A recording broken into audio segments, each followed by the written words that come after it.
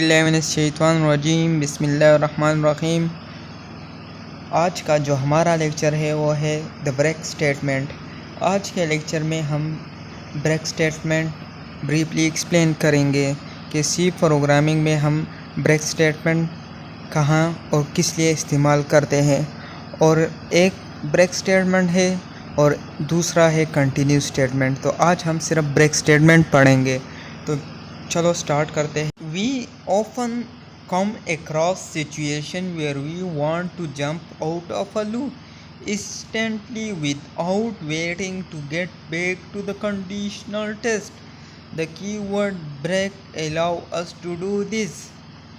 हमारे पास ब्रेक का काम इस तरह होता है, कुछ इस तरह कि अगर हम एक लूप है एक प्रोग्राम में, अगर हम उससे जंप यानी बाहर निकल जाते हैं ब्रेक के ज़रिए, अगर हम एक प्रोग्राम में ब्रेक की सिंटैक्स यूज़ कर लेते हैं, तो अगर हम लूप से बाहर निकल जाते हैं तो दोबारा वो कंट्रोलर यानी कंपाइलर दोबारा कंडीशन को चेक करने के लिए नहीं जाता।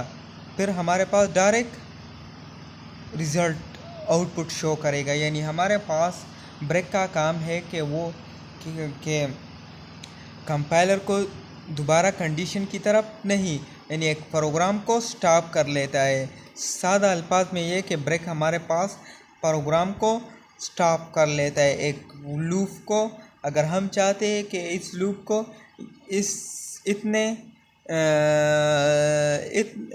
यानी हम वाइल लूप यूज़ करते हैं, अगर हम कहते हैं कि इसमें इतने 3 बार इसकी रिपीटिशन हो जाए और 4 बार ये स्टॉप कर ले, तो हम इसके लिए ब्रेक का इस्तेमाल करते हैं।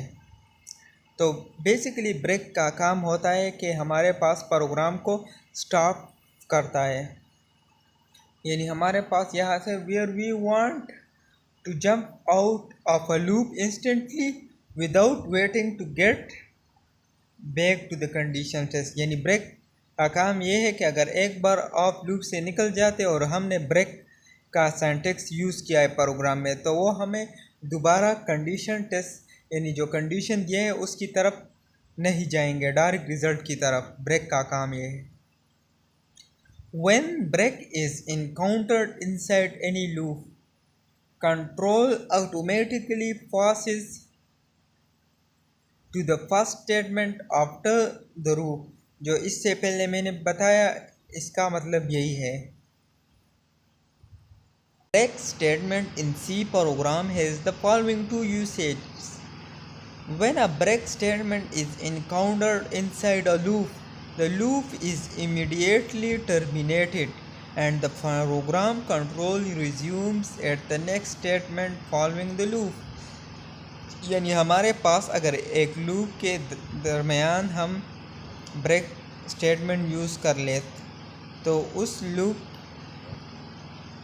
इस ब्रेक स्टेटमेंट की वजह से वो लूप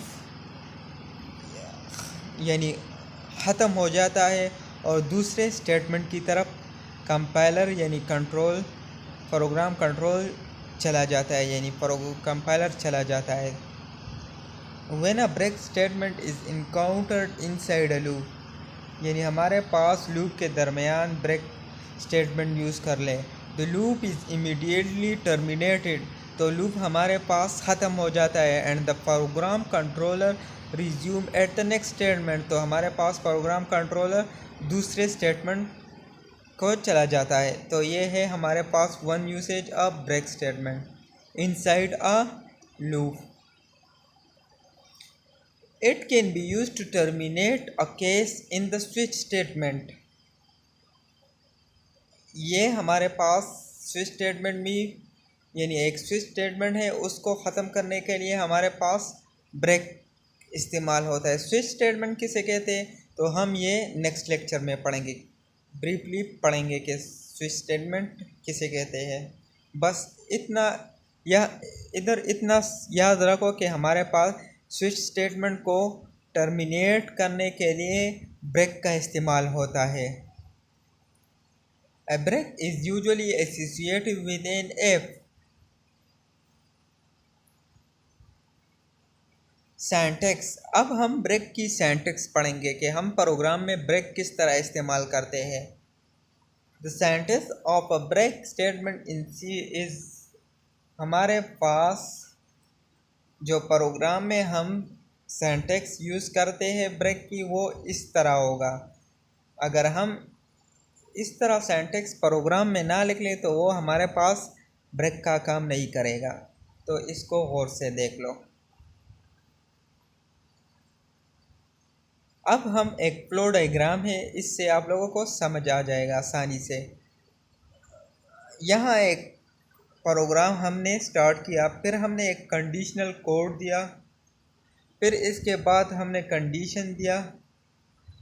जब तक कंडीशन ट्रू होता है तो हमारे पास ये लूप जारी होगा। अगर हमने यहाँ इसके बाद ब्रेक स्टेटमेंट लगाया होता है तो ब्रेक का क्या काम है, और डायरेक्ट आउटपुट की तरफ चला जाता है। तो बेसिकली ब्रेक का काम यानी इसको स्टॉप कर देता है, लूप को स्टॉप कर लेता है। वैसे तो लूप जब तक ट्रू होता है तो वो जारी होता है यानी एग्जीक्यूट होता है। अगर हम ब्रेक इस्तेमाल करें जहाँ भी, तो हम जिधर भी मर्ज़ी होता है कि यहाँ लूप स्टॉप हो जाए, तो हम ब्रेक इस्तेमाल करते हैं। अब हमने एक प्रोग्राम लिखा है hash include stdioh int main, फिर वेरिएबल डिक्लेरेशन हमने किया int a is equal to 10, फिर हमने लूप का यानी इस्तेमाल किया है while a less than 20। Printf में हमें वैल्यू ऑफ a देगा, और इंक्रीमेंट हमने a प्लस प्लस लगाया है। इफ़ a ग्रेटर देन 15, फिर हमने एक कंडीशन दिया है कि अगर a 15 से ज़्यादा है तो हमारे पास ये स्टॉप हो जाता है, यानी हम लूप को स्टॉप करेंगे, ब्रेक का इस्तेमाल करते हैं। इस कंडीशन पर हम ब्रेक का इस्तेमाल करेंगे। तो इसलिए हमें ब्रेक का इस्तेमाल करना पड़ता है कि अगर हम चाहते हैं कि 15 तक ये लूप जारी होता है और इसके बाद अगर हम कहते हैं कि इसको स्टॉप कर ले, तो हम ब्रेक का इस्तेमाल कर लेते हैं। फिर रिटर्न 0, और पहले जब ये आउटपुट है 10, 11, 12, 13, 14, 15 पर एग्जीक्यूट लूप जारी है, चलता है, जारी है, जारी। और जब ब्रेक कंडीशन जब ट्रू होता है तो हमारे पास ब्रेक स्टेटमेंट एग्जीक्यूट होता है और हमारे पास डायरेक्ट रिटर्न को कंपाइलर आता है और प्रोग्राम स्टार्ट होता है। यानी पहले हमें a लेस देन 20 और 10, a का वैल्यू 10 है, 10 लेस देन 20, तो ये ट्रू हो गया वाइल, तो हम a का वैल्यू 10 एग्जीक्यूट होगा। और अगर हम 11 कर दें तो वो भी 20 से लेस देन है, 12, 13, 14, 15 तक ये जारी होगा। और जब 15 आ जाए, इफ़ a ग्रेटर देन 15, 16 जब आ जाता है तो हमारे पास ब्रेक यानी प्रोग्राम स्टॉप हो जाता है। तो ये है ब्रेक की कमालात। आप लोगों ने देखा कि ब्रेक का काम किस तरह है एक प्रोग्राम में, तो आप लोगों को समझ आ चुका होगा कि ब्रेक हम किस लिए इस्तेमाल करते हैं। ये हमारे पास आउटपुट है, 15 तक जारी है, और 15 के बाद हम 16 जब देते हैं तो हमारे पास ब्रेक की स्टेटमेंट एग्जीक्यूट होता है और हमारे पास प्रोग्राम स्टॉप होता है, क्योंकि ब्रेक हमारे पास प्रोग्राम स्टॉप करने का काम करता है बेसिकली।